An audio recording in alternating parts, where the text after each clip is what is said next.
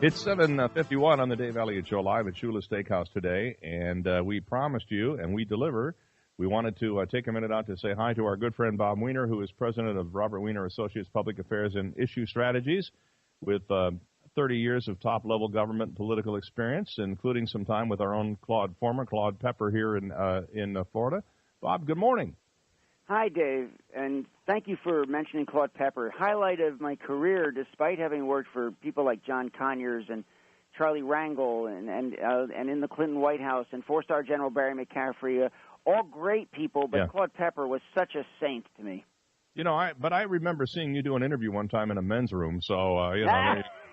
I'm as desperate to do radio as you today when you're able to do backup technology because your basic mics didn't work and you're out on this high-tech internet situation today. We are, yeah. We're doing this show over Skype today, but I remember we were at dinner and you had to do an interview and the quietest place in the whole place was the men's room.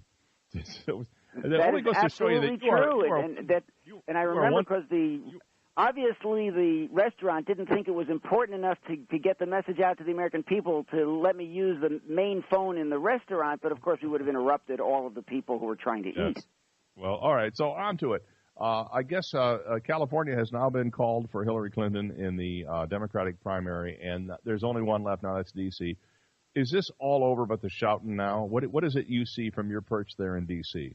Well, it's all over totally. She won California. The check is on the box at 13. She won it by 13.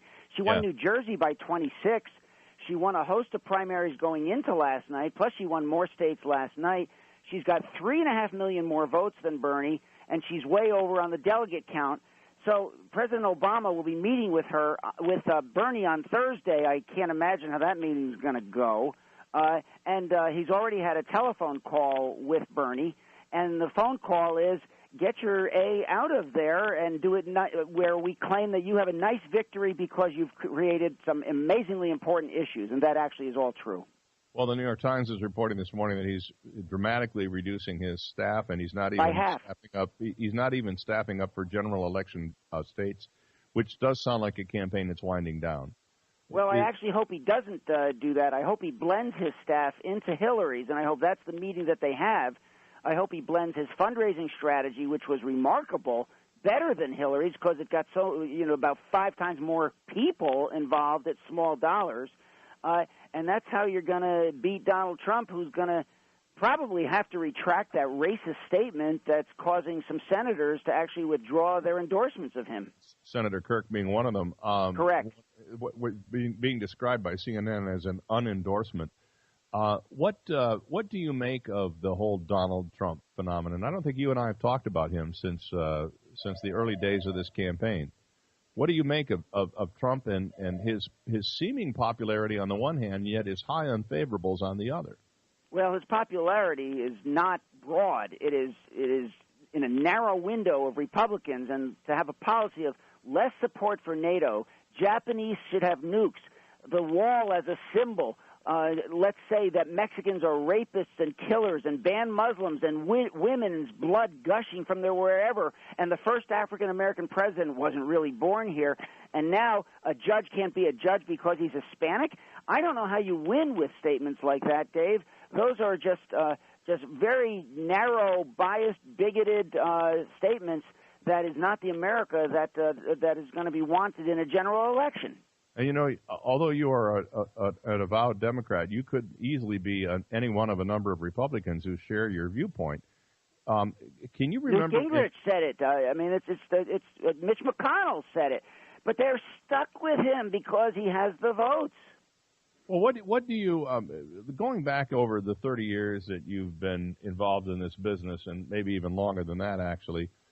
Can you ever recall an election where this at this point in the process, you had the supporters of the front runner or the presumed candidate basically being openly critical of him in just about every way possible and saying things, like I can't give a full-throated endorsement and stuff like that? I don't remember that ever having happened before. This is George Wallace and McCarthyism expanded logarithmically. That's what's going on in this election, and he's appealing to the very same kinds of people. Yeah. So I have never, no. And you're right. Of course, I come from, you mentioned Claude Pepper. Those were the era of, that was the time when we could pass the bill that abolished age discrimination and banned mandatory retirement so that people don't discriminate against the elderly by 359 to 2 in the House and 89 to 10 in the Senate. And we had bipartisanship with people like Chuck Grassley, who's still a friend because of that. Yeah. So we had bipartisanship, and we didn't have gridlock in those days. And you know who triggered all that, Dave, was Newt Gingrich with Tom DeLay and the hammer. That's what started the gridlock that we have now. I've never seen anything like it, and Trump has just expanded on it dramatically. What is your, and you're obviously biased in this as we all are, but what is your feeling about a possible Trump victory? Can he pull this out? Can he win it?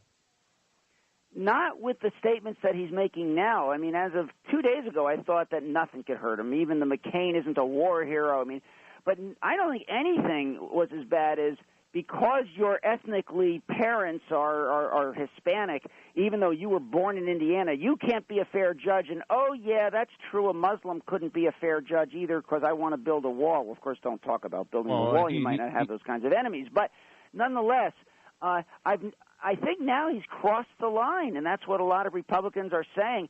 I think that's one of the reasons why there's real fear and panic in the entire Republican camp. As you mentioned, there's never been anything like what's happening with the House Speaker and the Majority Leader within their own party.